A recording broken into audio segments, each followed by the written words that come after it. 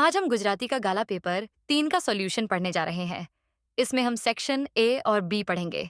चलिए, हम पहले विभाग ए से पढ़ना शुरू करते हैं, जिसमें पूछा गया है कि इन कृतियों के पात्र बताए। अर्थात ये कलाकार किस कहानी के हैं? इसका उत्तर है शिशिर कुमार, झबक ज्योत के पात्र है। यदि आपको याद हो तो झबक ज्योत के आखिरी में अमल देरासरी शिशिर कुमार से बात करने के लिए कॉल करते हैं। रमा नथी की पात्र थी, जो कांति की पत्नी थी। बलाई प्राणनो मित्र का पात्र है। भाग बी में पूछा गया है कि 1. नीचे दिए गए विकल्पों में से सही विकल्प चुनकर रिक्त स्थान भरें। प्रश्न 4. घायल दीपक किसे याद करता है? इसका उत्तर है घायल दीपक राष्ट्रध्वज को याद करता है। प्रश्न 5. टिफिन कृति में गाय के लिए कौन सा शब्द प्रयोग हुआ है? उत्तर टिफिन कृति में गाय के लिए गौरी शब्द प्रयोग हुआ है। आगे हमसे पूछा गया है कि 2. नीचे दिए गए वाक्यों के सही या गलत होने का उत्तर दें। प्रश्न 6. क्या दीपक बा से गांधी जी को पत्र लिखने के लिए कहता है? इसका उत्तर है सत्य। प्रश्न 7. क्या जेठीबाई और उनके पति हीरे का कारखाना चलाती थे? इसका उत्तर है गलत। का नीचे दिए गए प्रश्नों का एक वाक्य में उत्तर दें। प्रश्न 8. भारतीयों को रेस्टोरेंट में भोजन छोड़ने में शर्म का अनुभव क्यों नहीं हुआ? उत्तर भारतीयों को भोजन छोड़ने में शर्म का अनुभव नहीं हुआ, क्योंकि उन्हें लगता है कि उन्होंने जितना भोजन मंगवाया था, उसका मूल्य उन्होंने चुका दिया है। प्रश्न 9. छुट्टियों में बच्चे लेखक को कहाँ जाने के लिए कहते हैं? उत्तर छुट्टियों में बच्चे लेखक को आगरा जाने के लिए कहते हैं। प्रश्न 10. प्रयाण पाठ किस प्रसिद्ध हास्य उपन्यास से लिया गया है? उत्तर प्रयाण पाठ प्रसिद्ध हास्य उपन्यास भद्रम भद्रा से लिया गया है। डी. नीचे दिए गए प्रश्नों का 2-3 वाक्यों में उत्तर दें। प्रश्न 11. फिर इन रोटियों का क्या काम? इस पर लेखक को इस प्रश्न का क्या उत्तर मिलता है? इसका उत्तर है लेखक जब अमथीमा से पूछते हैं इन रोटियों का क्या काम, तो अमथीमा हंसते हुए कहती हैं, मैं तो भूख सहन कर लूंगी बेटा। जिरेनिया, लेकिन मेरे सामने बैठी काली कूतरी और गौरी गाय बैठी है, उन्हें मैं क्या उत्तर दूंगी? प्रश्न 12. शिमला का पेड़ कट गया है। यह सुनकर बलाई की काकी पर क्या प्रभाव पड़ा? उत्तर शिमला का पेड़ कट गया है। यह सुनकर बलाई की काकी बहुत दुखी हुईं। उन्होंने 2 दिन तक अन्न नहीं खाया और कई दिनों तक लेखक से बात भी नहीं की। पुर्तगाली अधिकारी जेठीबाई के घर के पास से गुजरते समय उनके सम्मान में क्या करते थे? उत्तर जेठीबाई के सम्मान में सप्ताह में एक दिन उनके घर के पास बैंड बजाने का आदेश पोर्टुगीज की महारानी डायनन ल्यूजा ने दिया था। जब पुर्तगाली अधिकारी उनके घर के पास से गुजरते तो अपने सिर से टोपी उतारकर उनका सम्मान करते। अगला प्रश्न ई. नीचे दिए गए प्रश्न का विस्तार से उत्तर लिखें। प्रश्न 14. शहनाइना सुरकृति के आधार पर विदाई का वर्णन करें। उत्तर विदाई के समय पहले गाड़ी का पहिया हिलता है और फिर बारात विदाई के बाद गांव से निकलना शुरू होता है। इसी बीच रमझूमीर शहनाई का सुर छेड़ता है और ढोलियां ढोल पर डंडा मारता है। सुहागिनों गीत गाना शुरू कर देती है। कन्या पक्ष और वर पक्ष की स्त्रियां आपस में गीत गाने लगती है। गीतों की धुन और शहनाई के सुर इतने मार्मिक होते हैं कि यह तय करना मुश्किल था कि कौन ज्यादा हृदयस्पर्शी था। पूरी बारात शानदार रंगों से सजी थी। सबसे आगे रमझू ने लाल मद्रासी पगड़ी पहने था और ढोलिया ने हरे रंग का पगड़ी बांधा हुआ था। बारातियों के माथे पर कुमकुम के निशान थे, जिससे पूरी बारात लाल रंग से सजी हुई प्रतीत हो रही थी। बैल, जिन पर हीरे जड़े हुए झूले और घंटियां लगी थीं, बहुत ही अलग दिखाई दे रहे थे। गाड़ी में बैठे दूल्हे का रेशमी पोशाक और हाथ में रंगीन तलवार बारात का विशेष आकर्षण पैदा कर रही थी।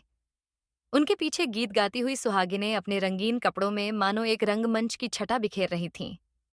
15वीं प्रयाण नवलकथा खंड में उत्पन्न होने करने वाले हास्य चित्रों का वर्णन करें।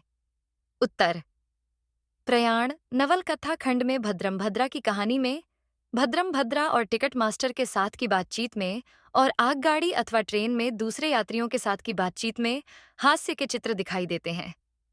हम अपने वैदिक धर्म की रक्षा करने, आर्य धर्म की जय करने, सनातन धर्म का प्रचार करने के लिए यात्रा कर रहे हैं। इस प्रकार के वाक्यों से हास्य उत्पन्न होता है। रेलवे स्टेशन पर टिकट लेने गए भद्रम भद्रा टिकट मास्टर से कहते हैं, मुझे श्री मोहमयनी के 2 मूल्य पत्रिका दीजिए। मुझे मोहमयनी के 2 मूल्य पत्रिका की आवश्यकता है। इसे वितरित करना आपका कर्तव्य है। ऐसे संस्कृत प्रधान भाषा के प्रयोग से कहानी में हास्य उत्पन्न होता है। आगे ट्रेन के 2 सहयात्रियों में से एक परिचय देते हुए कहता है कि मेरा नाम रामशंकर और मेरे भाई का नाम शिवशंकर है, लेकिन हमारे घर के नाम नखोदियो और घोरखोदियो हैं। बच्चे जीवित रहे, इसलिए हमारे माता पिता ने हमारे ऐसे नाम रखे। ये सभी घटनाएं हास्य उत्पन्न करती हैं। सूरज तो बधेज सरखो पाठ में लेखक कहीं न जाने का विचार क्यों करता है? उत्तर, सूरज तो बधेज सरखो है। पाठ में सर्वज्ञ भाई और लेखक के बीच छुट्टियों में कहाँ यात्रा करनी है, इस पर चर्चा होती है। सर्वज्ञ भाई आगरा, माथेरान, दार्जिलिंग, महाबलेश्वर, आबू आदि जगहों पर कौन कौन सी व्यंजन खानी चाहिए, केवल इसकी ही बात करते हैं, वहां की खासियत की नहीं।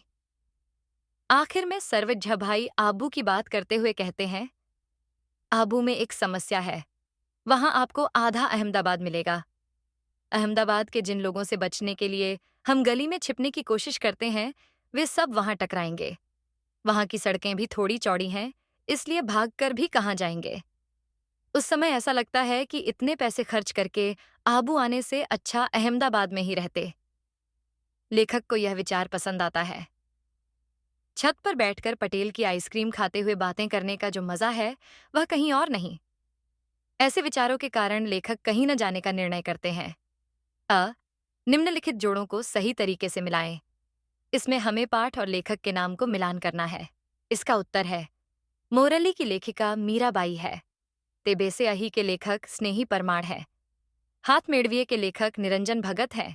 बे 1 सही विकल्प चुनें और खाली स्थान भरें। प्रश्न 20 कृष्ण के किसके मात्र से सारे दुख दूर हो जाते हैं? जिसका उत्तर है, कृष्ण के दर्शन मात्र से सारे दुख दूर हो जाते हैं।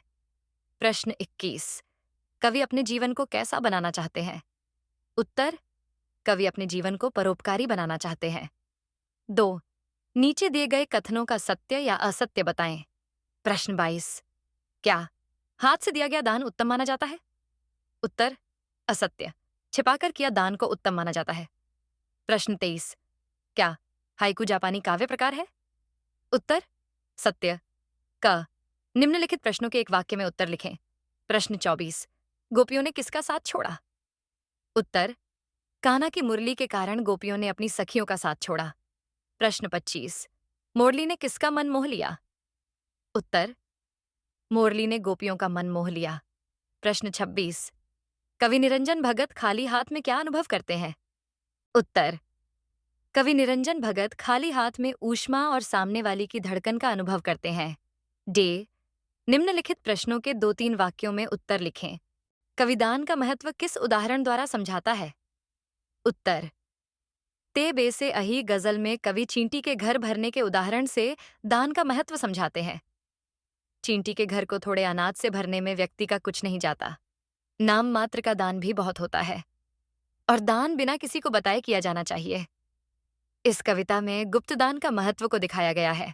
बारिश होने से प्रकृति पर क्या प्रभाव पड़ा? उत्तर, बारिश से प्रकृति के दृश्य बदल गया है।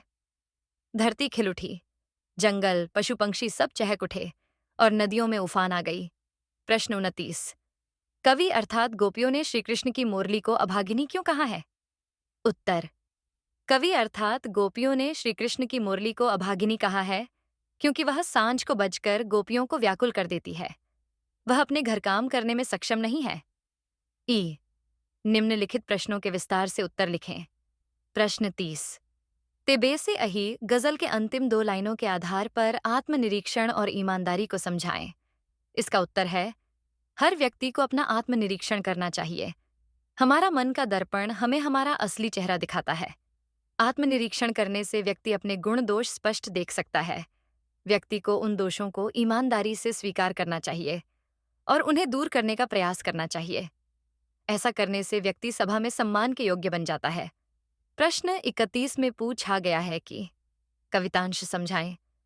यदि समुद्र के भवंडर के बीच मेरी नाव हिलने डुलने लगे, तब भी मेरी श्रद्धा का दीपक कभी न बुझे।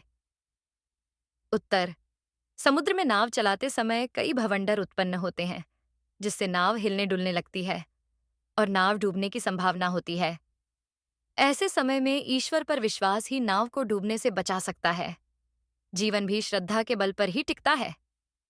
संसार रूपी सागर में जीवन रूपी नाव में कई कठिनाइयां आती हैं। कवि कहता है कि ऐसे समय में मेरी श्रद्धा का दीपक कभी न बुझे। प्रश्न 32। बादल चोटी पर पहुंचकर बिखर गया।